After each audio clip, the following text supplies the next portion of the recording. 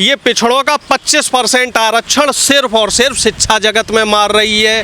अब आ जाओ जो दूसरी सबसे बड़ी व्यवस्था है न्यायपालिका। न्यायपालिका में हमारे 27% जज होने चाहिए, वहाँ हमारे सिर्फ 4% जज हैं। अब तीसरी जो सबसे बड़ी व्यवस्था है वो है रेलवे। रेलवे में 10 लाख से ज़्यादा पद खाली हैं। अब उसमें आप अंदाज़ा लगा लो कि ओबीसी के कितने पद हो गए। ईमानदारी के 2,70,000 पद हो गए कि नहीं हो गए।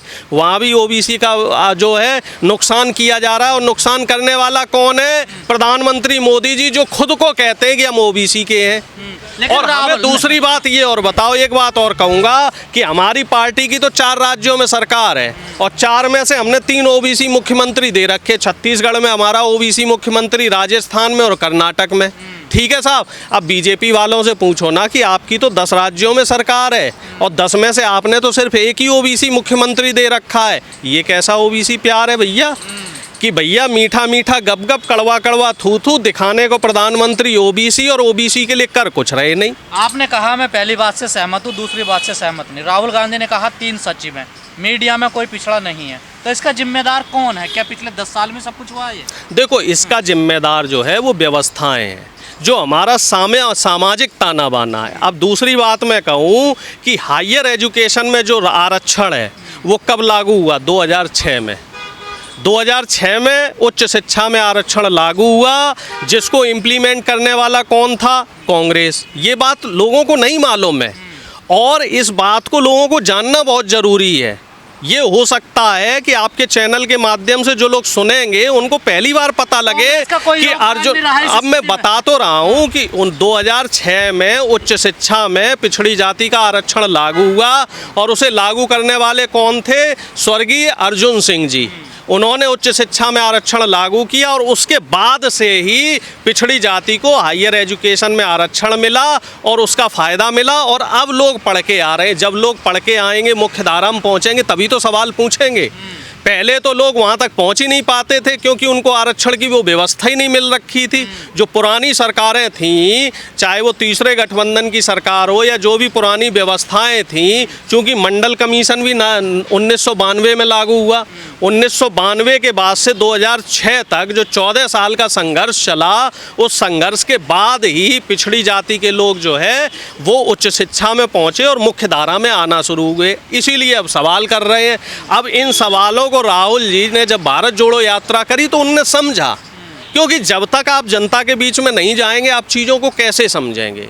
उन्होंने जब 3400-3500 किलोमीटर की यात्रा करी तो उन्होंने देखा कि हमारे देश में तो ओबीसी समाज ही बहुतायत में है और लोग ये परसेप्शन बना देते हैं। आपसे पहले पता नहीं था राहुल गांधी? देखो, ऐसा है, थियोरटिकल चीज़ें और प्रैक्टिकल चीज़ों में फ़र्क होता है। जो अफसरशाही में जो मनवादी विचारधारा के लोग बैठे हुए हैं, वो लोग आंकड़ों को सार्वजनिक नहीं होने देते हैं। वो लोग नहीं चाहते हैं कि जो दलित, शोषित और वंचित समाज है वो मुख्य धारा में आए, उनकी मोनोपोली खत्म हो। मनुवादी हैं। अब इस बात का मैं आपको सीधा साधा जवाब दे रहा हूं कि हमारी पार्टी ने हमेशा हर जाति को, हर वर्ग को, हर संप्रदाय को साथ लेके चले हैं। आपको ध्यान होगा कि हमारा स्लोगन रहा है, ना जात पे ना पात पे, मोहर लगेगी हाथ पे। और यही वजह है कि हमारे ऊपर हमेशा कभी मुस्लिम परस्त होने का, कभी जो है सांप्रदायिकता की बात होती है। अब दूसरी बात जो कह रहे हैं, अब 2011 वाली बात पे मैं आ रहा हूँ। मैं 2011 वाली, हाँ ठीक है। आप कहते हैं कांग्रेस में जात पात कुछ नहीं है, सबको बराबरी हिस्सेदारी दी जाती है। जिले से लगाकर ऊपर तक कितने जिला अध्यक्ष पिछड़े हैं और कितने दलित हैं? जब जातिगत जनगणना होगी और पूरे आंकड़े आएंगे तो ओबीसी समाज को और ज़्यादा लाभ मिलेगा। अभी तो हम ये कोशिश कर रहे हैं कि जो संवैधानिक व्यवस्था है 27% वाली, कम से कम उस व्यवस्था को तो पूरा किया जाए। आप यही सवाल जो है वो बीजेपी से पूछ लीजिए कि बीजेपी ने इस समय जो है जुडिशरी से लेके ब्यूरोक्रेसी और हर जगह देख लो, चाहे कोई भी विभाग हो, उस विभाग में सामाजिक न्याय में किसको कितनी हिस्सेदारी दी है। हम तो भाई खुल के कहते हैं कि हमारे 4 मुख्यमंत्री हैं, 4 में से 3 ओबीसी के हैं। और हमारी जो सरकारें थीं, छत्तीसगढ़ की ले लो, चाहे आप मध्य प्रदेश में जो 15 महीने 16 महीने सरकार रही, चाहे राजस्थान में रही, हमने सभी जगह जो ओबीसी आरक्षण कहीं 14% था, कहीं 21% था, उसको बढ़ा के 27% कर दिया।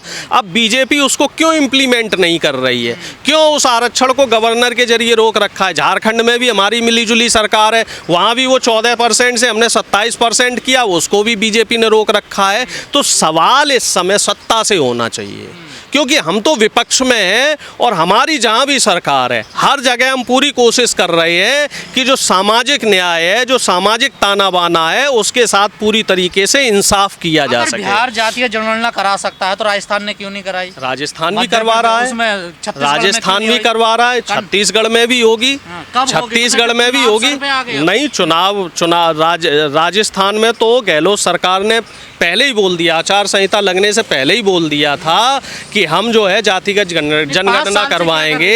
हिमाचल में भी जातिगत जनगणना होगी। देखिए, व्यवस्थाएं ऐसा है कि जो व्यवस्थाएं बीजेपी ने बिगाड़ रखी थी, क्या व्यवस्थाएं बिगाड़ रखी थी बीजेपी की? अगर हम राजस्थान की बात करें और छत्तीसगढ़ की बात करें तो इन लोगों ने पिछले 5-5, 10-10 साल से नौकरियां नहीं दे रखी थी। तो पहले युवाओं को नौकरी देनी है, पहले किसानों की जो समस्याएं उनका निपटारा करना है। अब अगर हम राजस्थान की बात करें तो राजस्थान हमारे देश का पहला ऐसा राज्य है जहाँ 25 लाख रुपए जो है स्वास्थ्य बीमा दिया जा रहा है। शायद किसी को जानकारी नहीं होगी।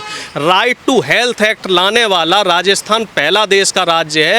आप किसी भी सरकारी प्राइवेट अस्पताल में चले जाइए, आपका मुफ्त में इलाज होगा 25 लाख रुपए अपराध तक भी का। बहुत है और वहाँ। दूसरी बात, दूसरी सुन लीजिए, आप अपराध की बात कर रहे हैं, कोई भी ऐसा बता दीजिए जिसने अपराध किया हो और उसके खिलाफ कानूनी कार्रवाई ना हुई हो। हमारी सरकार कभी भी अपराधियों के साथ नहीं खड़ी होती है, जैसे मध्य प्रदेश में हो रहा है। और तो छोड़ दो, मणिपुर में देख लो साहब, मणिपुर में पिछले 6 महीने से क्या हो रहा, हालांकि ये आज चर्चा का विषय नहीं है।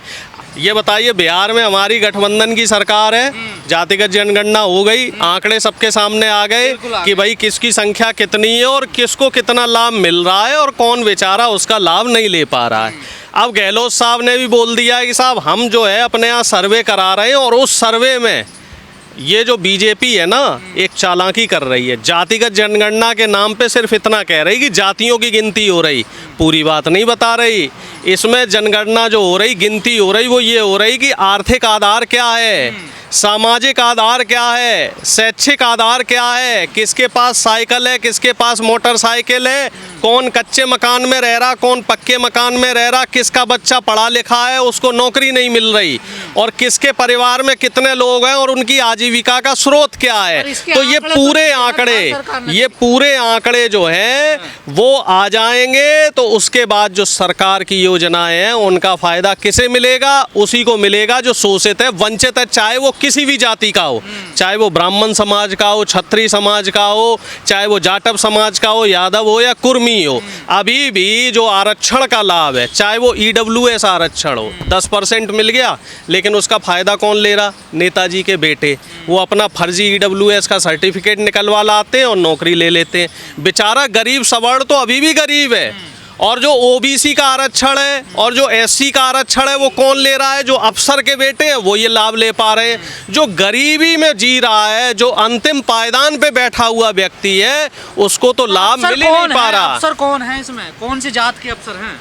देखो, अब तो ये आंकड़े आने के बाद ही पता लगेगा। और जो आप कह रहे, राहुल गांधी ने दे नहीं दिए, जो आप कह रहे थे कि बिहार के आंकड़े सार्वजनिक नहीं हुए, उस पे सुप्रीम कोर्ट ने रोक लगा दी। सुप्रीम कोर्ट ने ये कहा कि आप आंकड़े इकट्ठे तो कर लो, लेकिन आप उन आंकड़ों को सार्वजनिक नहीं कर सकते, क्योंकि ये अधिकार केंद्र सरकार का होता है। आप सिर्फ सर्वे कर सकते हो।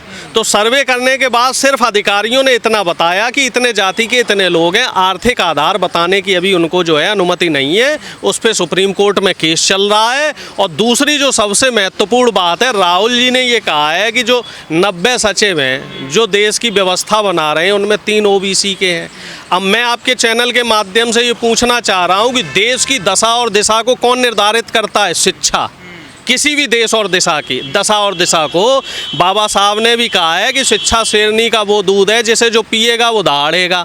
अब हमें ये बताओ कि 44 हमारे देश में सेंट्रल यूनिवर्सिटी है, उन सेंट्रल यूनिवर्सिटी में 27% आरक्षण के हिसाब से 500 से ज़्यादा जो है प्रोफेसर होने चाहिए पिछड़ी जाति के, और आपको जान के आश्चर्य होगा कि सिर्फ 9 प्रोफेसर हैं पिछड़ी जाति के, और हम प्रोफेसर, एसोसिएट प्रोफेसर और सहायक प्रोफेसर की बात करें तो 2% से भी कम है। और जो हमारी केंद्र की भाजपा सरकार है